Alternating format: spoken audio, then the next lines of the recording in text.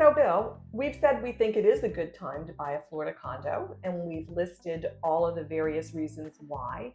But we had a caveat, and that was you need to make sure that the condo that you're buying is the right condo. Yeah? Exactly, yeah. And why is that, Bill? Well, because the condos are aging. I'm aging, you're aging, you're aging better than I am. But I don't think so. yeah, the condos are aging, and there's a new Senate bill to take a look at that. After that tragedy at the Champlain Towers, Right. then condos are under a lot more scrutiny now and doing a lot more inspections just to make sure they're structurally sound. Right. So Champlain Towers collapsed on June 24th of 2021. Right. And then the Senate, in a what I think is we all think is a well-intentioned reaction to it, introduced on May 24th of 2022. I think that's May 20th of 2022, Senate Bill 4D. And it was at that time a 2-page bill. Right. On a Friday, it was 2 pages. On Friday. So, and this bill had to do with conducting an inspection, a milestone inspection, on all condominiums in Florida when they became 30 years of age. We won't muddy the water with the 25-year thing because that has changed subsequently, right? Right. But and there were some different things about that, right? It could be earlier. Right. Yeah, it depends on the local jurisdiction. What are they looking for in the milestone inspections? Well, in the milestone inspection, they're looking for structural deficiencies that could be dangerous and result in a tragedy like Champlain Towers. So on the surface of that, that's a great idea. I mean, actually, Miami had in progress, they have a 40-year inspection, which where we're from in Pinellas County, there isn't anything like that, or there wasn't. At the time. There wasn't at the time. Right. So Friday, May 20th, it's introduced. Saturday, Sunday, Monday rolls around, right? Still 2 pages? Nope. On Monday, the 23rd of May, it's 88 pages. Oof. Right? So it's grown legs. Right. And it has, morphed into something really huge. It's read on Monday, and then on Tuesday, it's voted on, right? And they had 0 nays. Right. And 38 yays on Tuesday, the 24th. At the Senate. At the Senate level. Right.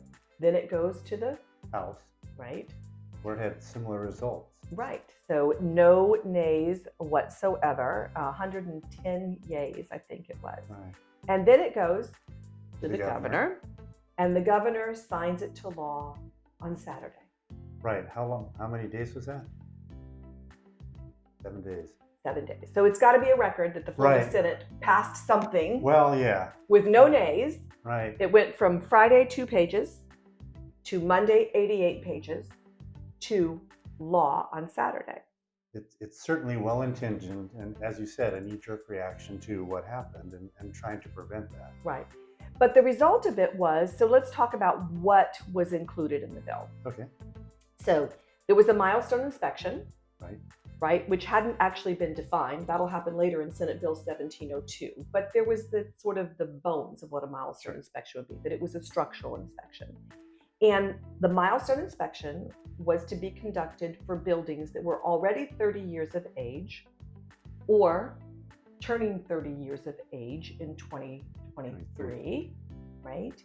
And at that time, if you were within the coastline, that was changed within 3 miles.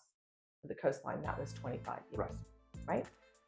And all that was to be completed by December 31st of 2023. Well, how many buildings is it? How many associations is that?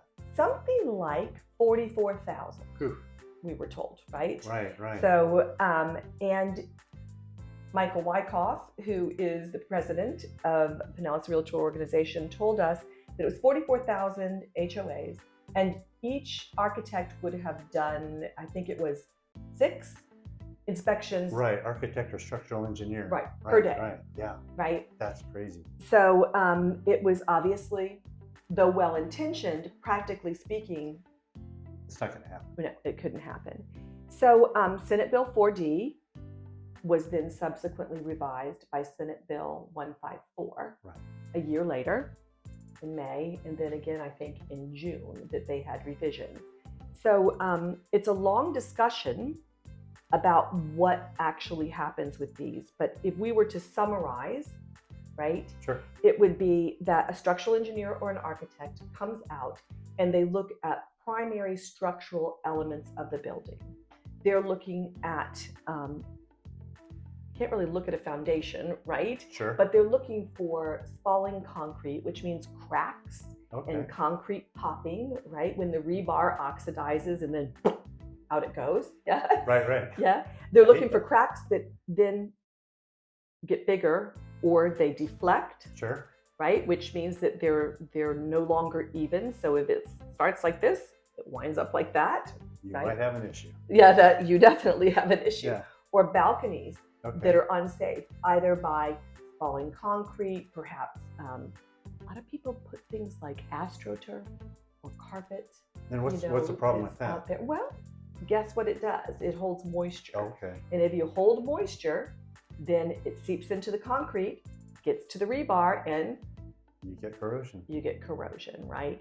So these are things that they're looking at, and it's all good things Right. that they're doing, right?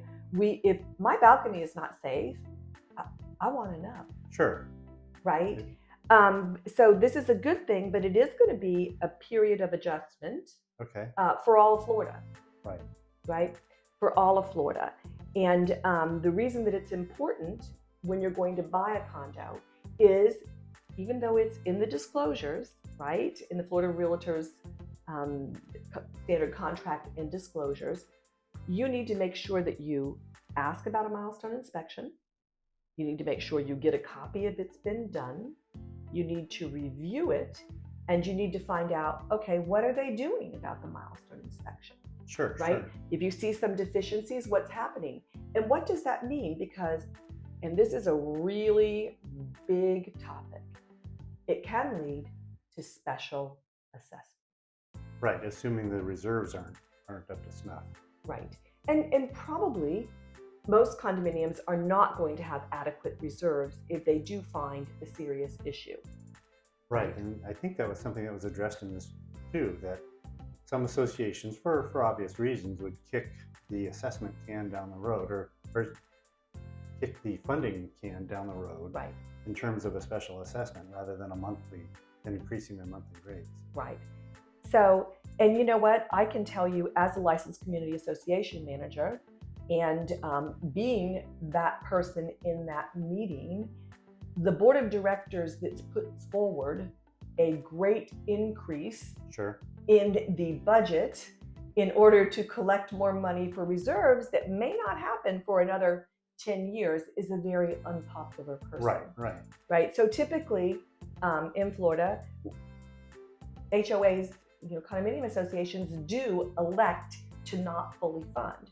And that means that if something comes up like this, there is going to be a special assessment. Now, did that change with either of these Senate bills? It did. So Senate Bill 154 came along, and they said, oh no, you have to fully fund structural reserves. Right? So that's another issue that we're seeing, where we do have, a significant increase in HOA funds. And if it hasn't happened already, then you need to be aware that that is potentially in the pipeline. Right, at some point in time, because that is not going to be until 2025 that everybody has to be, and I fully funded right now is being tossed about at the Senate level. Sure. For a better definition, like there's a lot of it that's up in the air still. That's for sure. That's for sure. I mean, but I guess the question is, does fully funded mean the money that you're bringing in meets the money that you're going out, or do you have to have all the money there for doing everything? So, which is impractical. Right. That's right. It's so important to see the milestone inspection and the structural integrity reserve study too. Mm-hmm. And as a former CPA, to look at the accounts, right? Right. So those are the main things. So if you were to summarize, Bill, what would you say about yes, here's why you need to be careful, and here's the things that you need to look for.